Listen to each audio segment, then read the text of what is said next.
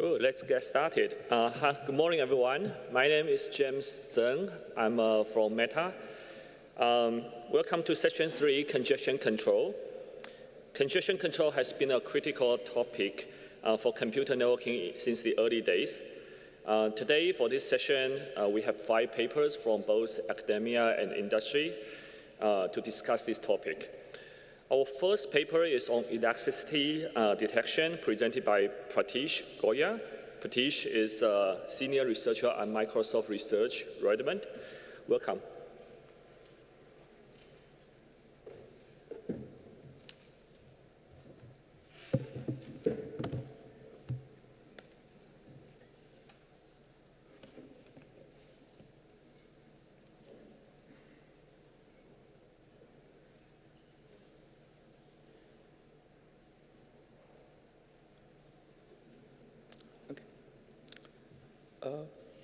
Hi everyone, I'm Pratish.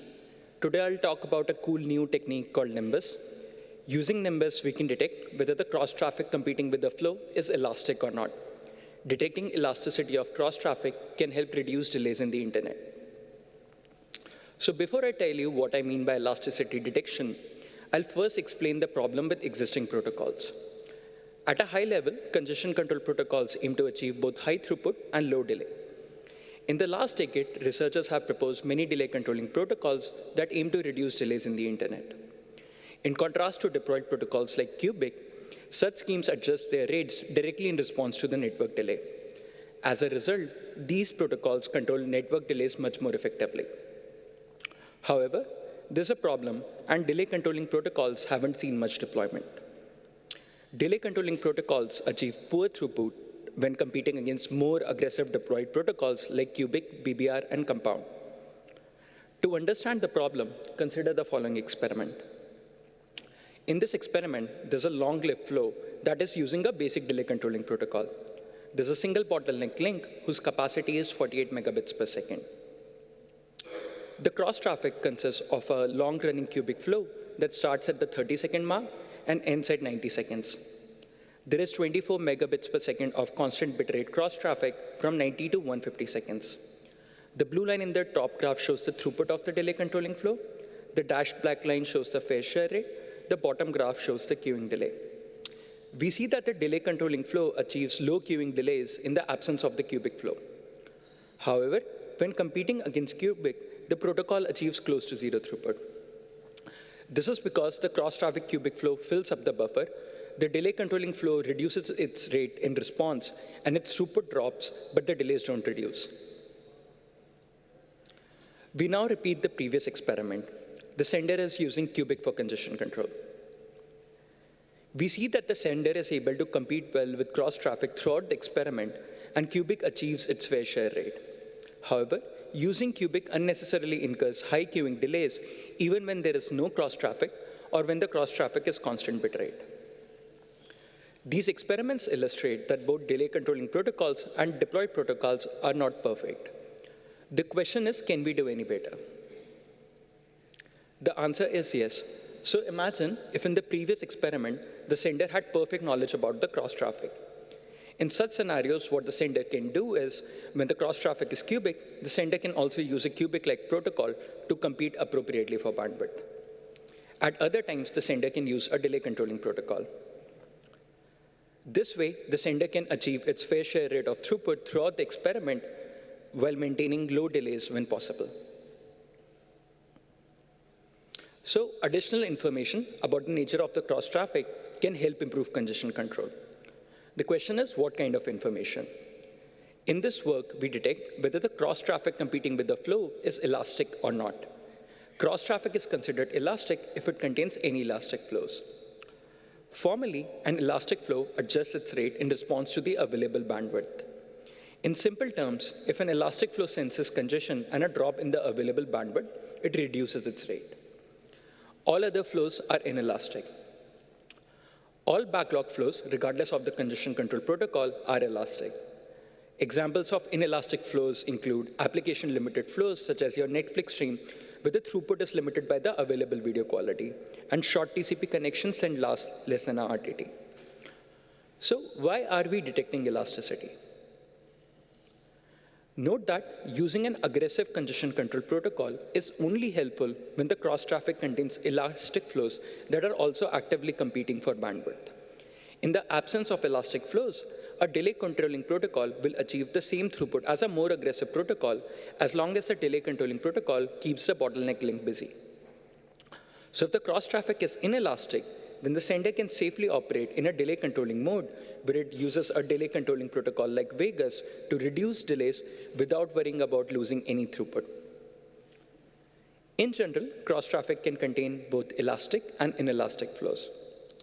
If the cross-traffic contains any elastic flows, then a single aggressive elastic flow can grab the entire bandwidth from the sender if it is using a delay controlling protocol. In such situations, the sender can operate in a TCP competitive mode where it uses a status quo protocol like Cubic or BBR to compete. Based on whether the cross-traffic is elastic or not, the sender can switch between the two modes and achieve low delays when the cross-traffic is inelastic while competing appropriately when the cross-traffic contains elastic flows. So how can we detect elasticity? Ideally, we don't want to make any changes in the network as it hurts deployment. So the sender needs to be able to detect elasticity using only end-to-end measurements such as delay, sending, or receive rate. A strawman approach might be to estimate the contribution of the cross-traffic towards queuing delay. In particular, the sender can attempt to estimate the total queuing delay along with what fraction of this queuing delay is due to its own packets. If the total queuing delay is much higher than the self-inflicted delay, then the cross-traffic can be classified as elastic. Unfortunately, such approaches do not work.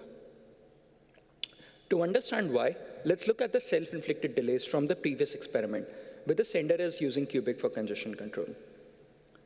In this figure, the total queuing delay is shown in orange, and the self-inflicted delay is in green. We see that the both self-inflicted and total delay profiles are very similar when the cross-traffic is cubic or CBR. The reason is that a flow's share of the queue occupancy is simply proportional to its throughput. Because the sender gets 50% of the bottleneck link, its self-inflicted delay is roughly half of the total queuing delay against both cubic and CBR cross-traffic. This example illustrates that such instantaneous delay measurements cannot be used by the sender to detect elasticity. To robustly detect elasticity, we propose a new method called Nimbus.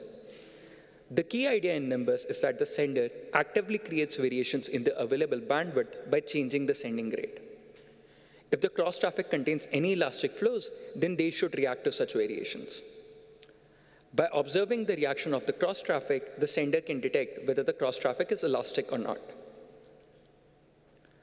Our method is robust to a variety of traffic and network conditions. Further, our method is general and not tied to the specifics of the underlying congestion control protocol. As a result, the Nimbus sender can use a variety of protocols in each operating mode. Now let's deep dive into the details of Nimbus. In order to detect whether the cross-traffic is responding to variations in the available bandwidth, the sender needs to be able to measure the cross-traffic rate. The method works as follows. This figure shows our network model. There's a single bottleneck link with a capacity mu and a first in first out queue. S of t is the sending rate of the Nimbus flow at time t. R of t is the receive rate. Z of t represents the aggregate rate of the cross-traffic coming into the bottleneck queue. We want to measure Z of t. The key insight is that if the bottleneck queue is first in first out, then the ratio of Nimbus packets to total traffic packets entering the queue should be the same as the ratio of Nimbus packets exiting the queue. Now, the ratio of Nimbus packets entering the queue can be given by the ratio of the Nimbus sending rate to the total rate of incoming traffic. If the bottleneck queue is not empty, then the ratio of Nimbus packets exiting the queue is as follows. Equating these two ratios, the sender can estimate the cross-traffic rate using this simple equation. Here, the sending and the receive rate can be measured by the Nimbus endpoints. There are many prior works that can be used for estimating the bottleneck link capacity. In our experiments, we use the estimator from BBR. The next part is how to create variations in the available bandwidth. The idea over here is to continuously create variations and observe the cross-traffic response over multiple such variations to reduce the impact of noise on detection accuracy. To this end, the Nimbus sender first calculates the sending rate dictated by the underlying congestion control protocol in the current operating mode. This is the rate we want the Nimbus sender to achieve on average. The sender modulates its sending rate at a particular frequency using small sinusoidal pulses to create periodic variations in the available bandwidth. The figure here illustrates how elastic and inelastic cross-traffic respond to variations. In the left figure, a Nimbus flow is competing with the cubic flow. In the right figure, the cross-traffic is constant bit rate. We see that the cubic flow's rate directly responds to these variations in available bandwidth, while the CBR traffic's rate remains unaffected. To understand better, let's walk through as to why the cubic flow is responding this way. Cubic is a congestion window-based protocol that responds quickly to changes in available bandwidth. When the cubic sender receives an acknowledgement, it is able to send another packet directly in response. Modulating the Nimbus sending rate changes the interspacing of cubic packets in the bottleneck queue. As a result, the spacing of cubic acknowledgements also changes. In particular, if the Nimbus sender increases its sending rate, the arrival rate of acknowledgements at the cubic sender reduces. As a result, the sending rate of the cubic flow decreases after 1 RTT. The final question we need to answer is, how does the sender use the cross-traffic rate to classify elasticity? One approach is to measure cross-correlation between the sending and the cross-traffic rate. If the cross-correlation is higher than a certain threshold, then the traffic is classified as elastic. We tried such an approach and found that it is not robust and there are many drawbacks. In particular, an elastic flow does not respond to variations in bandwidth immediately. Rather, the elastic flow responds after its own RTT. Therefore, to measure cross-correlation correctly, we need to align the sending rate and the cross-traffic rate based on the RTT of the elastic flow. However, the cross-traffic RTT is simply not known to the sender. Further, the cross-traffic can contain multiple elastic flows, each with different RTTs, making such an alignment even more challenging. We can overcome this limitation by measuring the cross-traffic response in the frequency domain. If the cross-traffic contains any elastic flows, then regardless of the congestion control protocol or the RTT, the elastic flows rate will oscillate at the pulsing frequency. The overall phase of the cross-traffic response is governed by the RTT of the elastic flows. The sender can detect this cross-traffic response without knowing the phase. In particular, the Nimbus sender takes a fast Fourier transform of the cross-traffic rate in the last 5 seconds. If the cross-traffic contains any elastic flows, then regardless of the phase, the sender should observe a peak in the FFT amplitude at the pulsing frequency. If the cross-traffic is inelastic, there should be no such peak. As an illustrative example, this figure shows the FFT of the cross-traffic rate against elastic and inelastic cross-traffic. For elastic cross-traffic, we see a distinct peak in the FFT at the oscillation frequency. Formally, we detect a peak in the FFT by comparing the amplitude at the pulsing frequency to the amplitude at neighboring frequencies. We implemented Nimbus in Linux using CCP. We have evaluated detection accuracy and congestion control performance of Nimbus across a variety of scenarios. In particular, we find that Nimbus achieves high detection accuracy even when the cross-traffic is a highly dynamic mix of elastic and inelastic flows of different sizes, and when cross-traffic contains elastic flows that are using different congestion control protocols and have different round-trip times. Our results hold across a variety of network conditions. Additionally, we evaluate Nimbus in scenarios that don't match our network model. Now let me show you the performance benefits of Nimbus using a simple experiment. In this experiment, the cross-traffic conditions are more complex than what I've shown you so far. At any time, the cross-traffic can consist of both elastic and inelastic traffic. In this figure, the current cross-traffic condition is shown at the top. So, as an example, at this time, the cross-traffic consists of 2 elastic cubic flows and 32 megabits per second of Poisson inelastic traffic. We report performance for various protocols in this experiment. For each scheme, the solid colored line shows the throughput, the solid black line shows the fair share rate, the dashed line shows the queuing delay. In this experiment, the cross traffic is elastic from 20 to 120 seconds. For Nimbus, the shaded region represents when the sender is in the TCP competitive mode. We see that the Nimbus sender switches to the TCP competitive mode correctly around the 20-second mark when the cross traffic becomes elastic. The sender also switches back to the delay controlling mode when the cross traffic becomes inelastic. By switching correctly, the Nimbus sender achieves its fair share rate while also achieving low delays against inelastic traffic. Cubic also achieves a fair share rate. However, the delays are high against inelastic cross traffic. As expected, Vegas, a delay controlling protocol, achieves poor throughput against cubic flows. Like Nimbus, COPA also switches operating modes based on the nature of the cross traffic. In this experiment, we find that COPA's detection accuracy is poor and it switches modes incorrectly many times.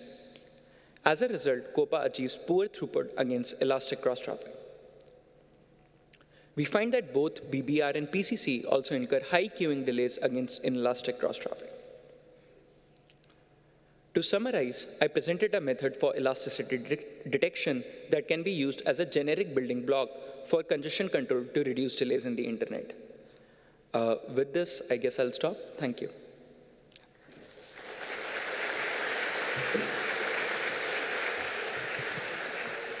Great. Do you have any questions?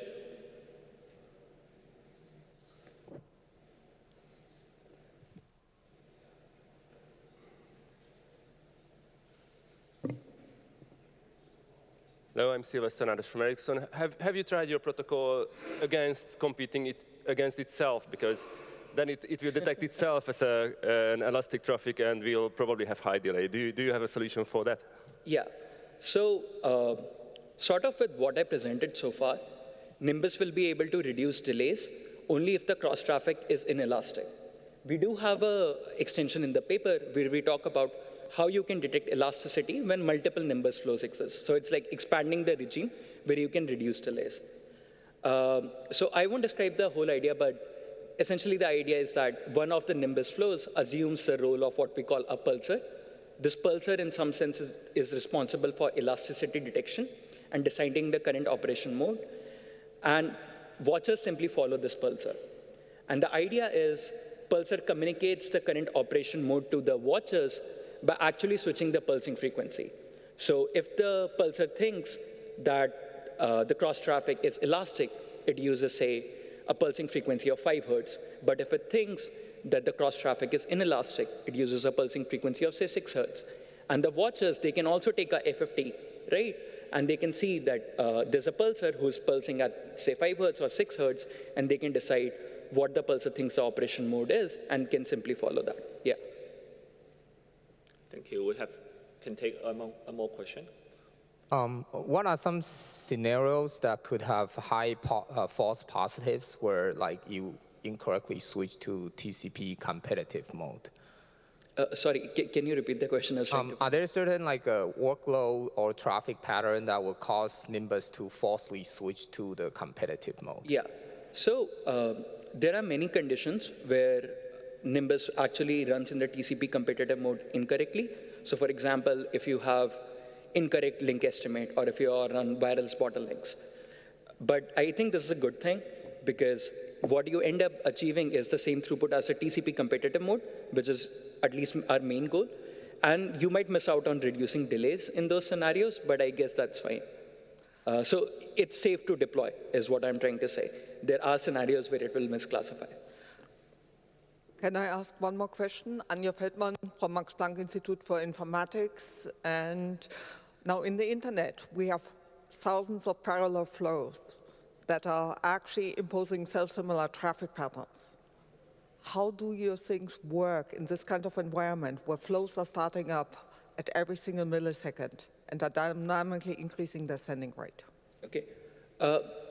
So I'm not sure about 1,000 flows simultaneously. But the idea is that we are calculating this FFT over a certain duration. And if there is natural noise in cross traffic, usually it doesn't appear as a distinct peak in the FFT in our case. So usually such cross-traffic noise doesn't affect us. There's another advantage of like why we use frequency domain.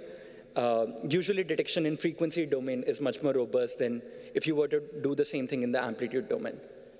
Did I answer your question? No? Okay, maybe we can take it offline.